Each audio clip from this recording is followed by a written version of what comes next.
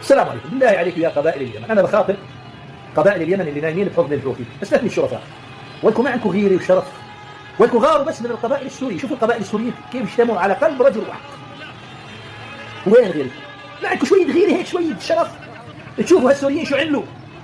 نايمين وكيفين ومبسوطين، وهو افسدكم المال.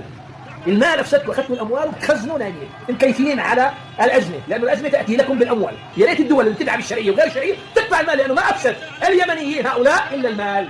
فيا ريت يقطع هذا المال عشان يعرفوا ان الله حق، عشان يجوعوا شوي ويعرفوا انه الحوثي اللي جوعهم. ما عندكم شرف وضمير، ولكم غاروا من السوريين. شوف السوريين شو عملوا، اجتمعوا كل القبائل السوريه وخلعوا هؤلاء المجرمين جماعه الهجري. ليش ما تعملوا زيهم؟ شو بنقصكم؟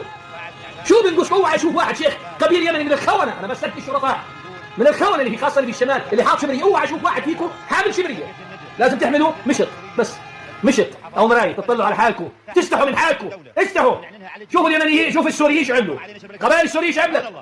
شيوخ القبائل السوريه مسكوا دلال القهوه كبوه، قال تحرم علينا القهوه، تحرم علينا القهوه طالما اخواننا البدو في السويداء عايشين الضيف.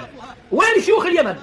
ما يقولوا تحرم علينا القات اللي خزنتكم وخدرتكم وذبحتكم، تحرم علينا القهوه طالما الحوثي مستلم اليمن. بدنا غيره. وين غيرة القبائل اليمنيه؟ وين غيرتكم؟ ما بتغاروا؟ شوفوا السوريين، يا عيب العيب. شيخ قبيله ذنب حقير للحوثي، بتمسح بالحوثي كانه ماسك الحوثي عليكم سيديات ومماسك. يا عيب العيب، استوعوا حالكم، اخجلوا. لحد الان فئه بسيطه حوثيه محتل اليمن، بتلاقي شيخ وبتكلم وهو عميل للحوثي. يا عيب العيب. انا بستثني طبعا حزب الاصلاح الاخوانجي، هذا ولاءه معروف لمين. ما دام في عندكم يا يمنيين اخوانج، اعرف انه عندك ذراع ايراني غير الحوثي، عندك ذراع ايراني في اليمن. السلام عليكم.